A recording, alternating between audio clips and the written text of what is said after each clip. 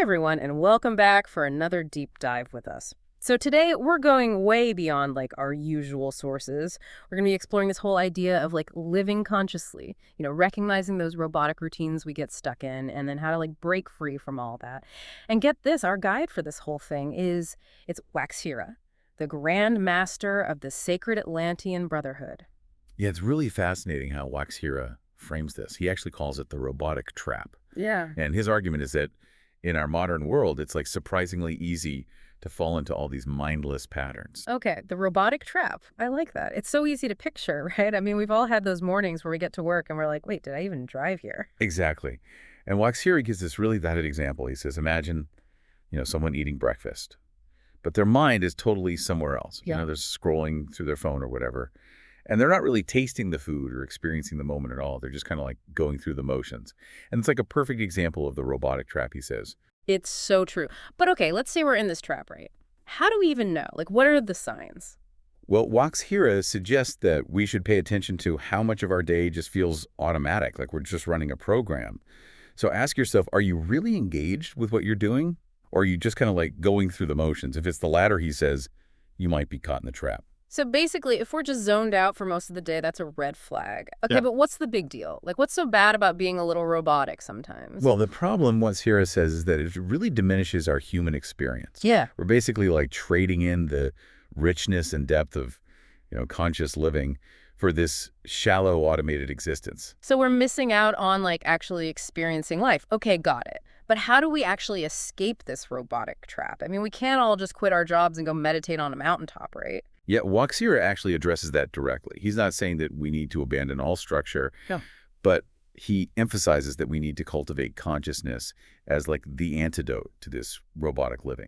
So this means being present, aware and actively involved in our thoughts and feelings and actions, even in our daily routines. Okay, so being more present, that makes sense. But how? Where do we even start? Well, WaXhira talks about mindfulness practices. It's about bringing focused attention to the present moment without judgment. So imagine you're walking to work. Instead of rushing and your mind's full of all these worries, you actually pay attention to the sensations of your feet on the ground, the breeze on your skin, the sights and sounds around you. You're just fully present in that experience of walking. So it's about shifting our focus from our busy thoughts to what we're actually experiencing in that moment. But isn't that kind of hard? Our minds are constantly buzzing. Oh, well, yeah. I mean, that's where the challenge and the reward lie, right? It's definitely a practice and it takes effort. But WaXhira emphasizes that even small moments of mindfulness can make a really big impact. Okay, I'm willing to give it a try, but let's be honest. Mindfulness alone doesn't really solve everything, right? Life still throws us curveballs. We've got to deal with challenges and stuff. So how does WaXhira address all that? Well, this is where it gets really interesting. He dives into the power of prayer and belief, which, are things robots obviously can't do. He argues that these are uniquely human capacities that allow us to tap into something greater than ourselves. Prayer and belief. That's not something you hear a lot about these days. So what does WaXhira say about them? Well, he suggests that prayer, as he defines it, isn't about begging a higher power for favors or anything like that. It's more about aligning our intentions with our deepest values, connecting with a sense of purpose that guides our actions. Okay, that makes sense. So it's not about asking for things, but it's more like setting our internal compass. Exactly. And when it comes to belief, WaXhira's view is really fascinating. He suggests that our beliefs actually shape our reality. So if we believe we're capable of great things, we're more likely to actually take the actions that make those things possible. Oh, so our beliefs basically become self-fulfilling prophecies. I can see how that would tie into escaping the robotic trap. If we believe we're capable of change, then we're more likely to actually change. Right. And the reverse is true, too. If we believe we're stuck, that we can't break free from those routines, well, guess what? We're probably going to stay stuck. So mindfulness helps us wake up from that robotic slumber. Prayer aligns our intentions, and belief shapes our actions. Yeah. Okay, I'm following you. But there's still this huge problem, right? Distractions. Our world is constantly bombarding us with information and notifications and demands on our attention. So how do we even stay focused in the middle of all that chaos? Well, WaXhira would say that's where concentration comes in. He sees it as a key to unlocking our potential, but it's a skill that we need to actually develop, especially in our hyper-connected world. Okay, concentration. I can definitely see how that ties into everything else we've been talking about. But how do we actually improve our ability to concentrate? Is it willpower? Do we just try harder? Well, WaXhira actually offers a very specific practice for this: meditation.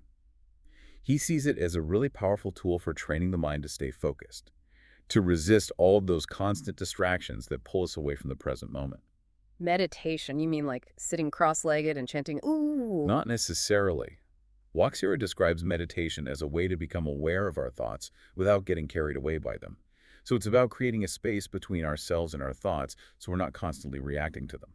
Okay, that sounds a bit more approachable than I imagined. So it's not about emptying your mind, but more about learning to observe your thoughts without judgment. Precisely. And as we practice this, we start to develop like a greater sense of control over our attention. We can choose what we focus on rather than being at the mercy of, every thought that pops into our head. So meditation is like a workout for our minds. And the more we train, the stronger our concentration gets. I like that analogy. And that strength is crucial for breaking free from the robotic trap. When we can concentrate, we can actually direct our energy toward our intentions, towards those actions that align with our deepest values. This is all starting to connect. But there's still one piece of the puzzle I'm not quite grasping. WaXhira talks about the importance of discipline. But isn't that kind of the opposite of breaking free? I mean, discipline sounds a lot like forcing yourself to do things, which seems pretty robotic to me. That's a great question, and it brings us to like an important distinction that WaXhira makes. He differentiates between the robotic compulsion of routine and the conscious discipline that arises from a deep understanding of our values and goals. Okay, so there are like two types of discipline. One is about blindly following rules, and the other is about aligning our actions with our purpose. Exactly. And WaXhira emphasizes that conscious discipline isn't about forcing ourselves to do things we hate. It's about making choices that support our growth and move us towards a more fulfilling life. So it's not about being a robot. It's about becoming like the best version of ourselves. And that's driven by inner motivation, not external pressure. Precisely. And when we cultivate this kind of conscious discipline, it actually frees us from that robotic trap. Wow, this is all really making me think. We've covered so much already. Mindfulness, prayer, belief concentration, and now conscious discipline. It's like all these pieces are starting to fit together. And they all contribute to this bigger picture of conscious living. This has been incredibly insightful. But before we move on, I'm curious about one thing. WaXhira talks about the importance of living in the present moment. But how does that actually work? I mean, we can't just ignore the past or forget about the future, can we? Well, that's the paradox, isn't it? Yeah. We need the past for context and the future for planning. But if we get stuck in either one, it kind of robs us of the present. Right, totally. So how do we like balance honoring those different aspects of time without like losing ourselves in them? I mean, I can't just like turn off my thoughts about tomorrow's deadline or like yesterday's mistakes.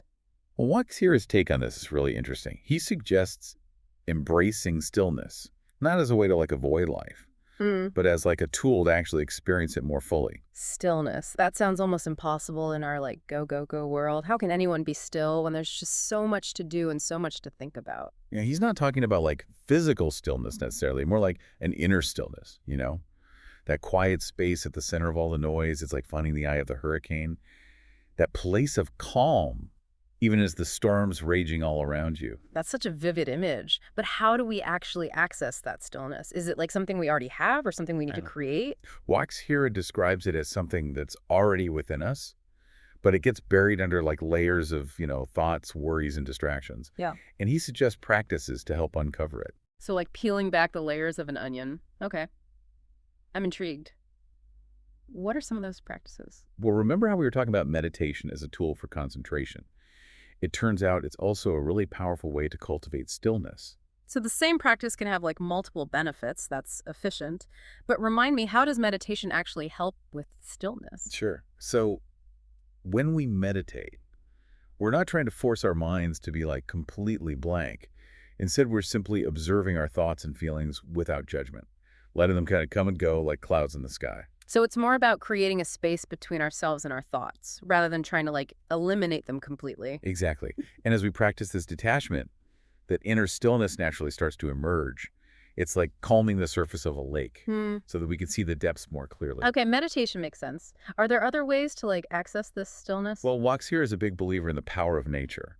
He suggests spending time in nature, surrounded by trees, water, the vastness of the sky. All these elements can help us connect to a deeper sense of peace. I've definitely experienced that. Whenever I feel really stressed, a walk in the park always seems to help. Yeah, there's something about being in nature that kind of helps us recalibrate.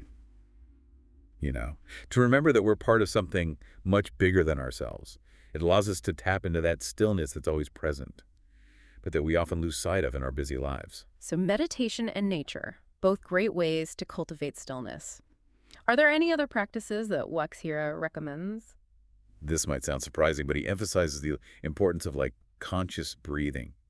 Our breath is always with us. It's like a constant anchor to the present moment. Okay, I'm listening. How does breathing help with stillness? Well, when we consciously slow down and deepen our breath, it calms our nervous system, it quiets our mind, and it invites this sense of peace into our being. It's like hitting the pause button on all the mental chatter. Wow, that's so simple yet so profound.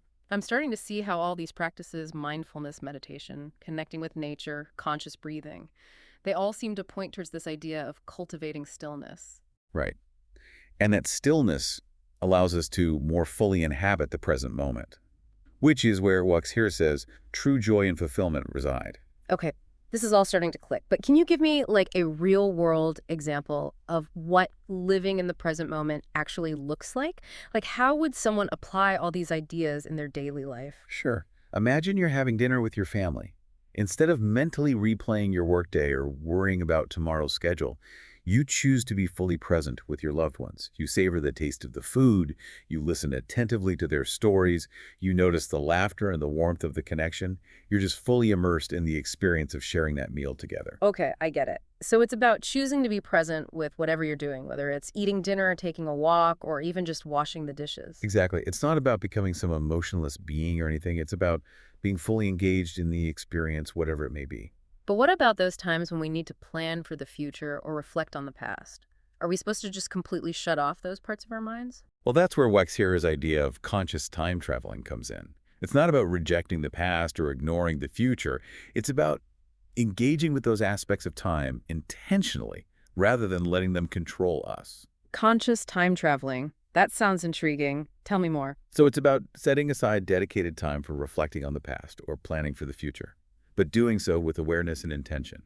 So instead of letting our minds just like wander aimlessly through past regrets or future anxieties, we choose when and how we engage with those thoughts. Precisely. For example, you might schedule an hour each week to review your goals, plan your upcoming activities, or reflect on lessons learned. But once that hour is over, you consciously bring your attention back to the present moment. Okay, so it's like creating boundaries for our minds, setting limits on when we allow ourselves to dwell in the past or the future. Exactly. And that allows us to experience those realms of time without getting lost in them. We can draw wisdom from the past, prepare for the future, but always return to the present moment, which is where life is actually happening. Wow, this is so powerful. But I have to ask, why is living in the present moment so important? What's the ultimate benefit? Well, WaXhira believes that the present moment is the only place where we can truly connect with ourselves, with others, and with something larger than ourselves. It's in the present moment that we experience love, joy, gratitude, creativity, all the things that make life rich and meaningful. So it's not just about reducing stress or being more productive, it's about tapping into the very essence of what it means to be human. Beautifully put. And when we live in the present moment, we open ourselves up to a deeper sense of peace, purpose, and connection. We become more authentic, more compassionate, more alive. This has been an incredible conversation so far. We've explored so many fascinating concepts: the robotic trap, mindfulness, prayer, belief, concentration, conscious discipline, stillness, and the importance of living in the present moment. But there's one more piece I'm curious about. How does gratitude fit into all of this? Yeah, gratitude, it seems like such a simple thing. But you're right, WaXhira definitely has a unique perspective on it. Oh, I bet he does. For him, gratitude isn't just like a feel-good emotion. It's a really powerful tool for escaping that robotic trap and deepening our experience of the present moment. Okay, how so? Well, think about it. When we're stuck in those robotic routines, we tend to take things for granted. Yeah. We go through the motions without really appreciating the good things in our lives. The simple pleasures, the people we love, the beauty of the world around us. Yeah, that's true. I guess gratitude's like a wake-up call then. It reminds us to appreciate what we have instead of always focusing on what's missing. Exactly. And when we shift our attention to what we're grateful for, something amazing happens. Our whole perspective changes. We start to see the world through this lens of abundance rather than scarcity. So it's like we're retraining our minds to focus on the positive, which naturally makes us feel more content and, present. Precisely. And the more we practice gratitude, the more we realize that even in the middle of challenges, there's always something to be thankful for. And this helps us stay grounded in the present moment, rather than getting lost in worries about the future or regrets about the past. So gratitude isn't just about feeling good. It's about actively shaping our reality by choosing to focus on the positive. But how do we actually cultivate gratitude? Is it something we can learn, or is it just a personality trait? WaXhira suggests that gratitude is a practice, like a muscle we can strengthen over time. One powerful practice he recommends is keeping a gratitude journal. Each day, take a few moments to write down 3 things you're grateful for. Yeah, I've heard of that. But does it actually work? Well, the act of actually writing things down helps to solidify those feelings of gratitude in our minds. And as we make it a habit, we actually start to notice more and more things to be grateful for. Oh, interesting. It's like we're training our brains to scan for the positive. Exactly. I like that. Are there other ways to cultivate gratitude besides journaling? Another powerful practice is to express your gratitude to others. Whether it's a simple thank you to a barista or a heartfelt letter to a loved one, expressing gratitude strengthens our relationships, and it creates this ripple effect of positivity. I love that. So it's like we're spreading good vibes by acknowledging the good things people do for us. And it reminds us that we're not alone. We're surrounded by people who care about us. Yeah, and don't forget the importance of self-gratitude. Take some time to appreciate your own strengths, accomplishments, and the challenges you've overcome. Oh, self-gratitude. That's a good one. It's so easy to focus on our flaws and shortcomings, but acknowledging our positive qualities can be a real game changer. Absolutely.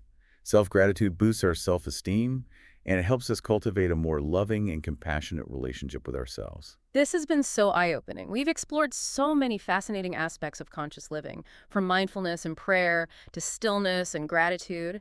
But as we wrap up this deep dive, I'm curious, how does WaXhira suggest we bring all these practices together in a way that actually makes a difference in our lives?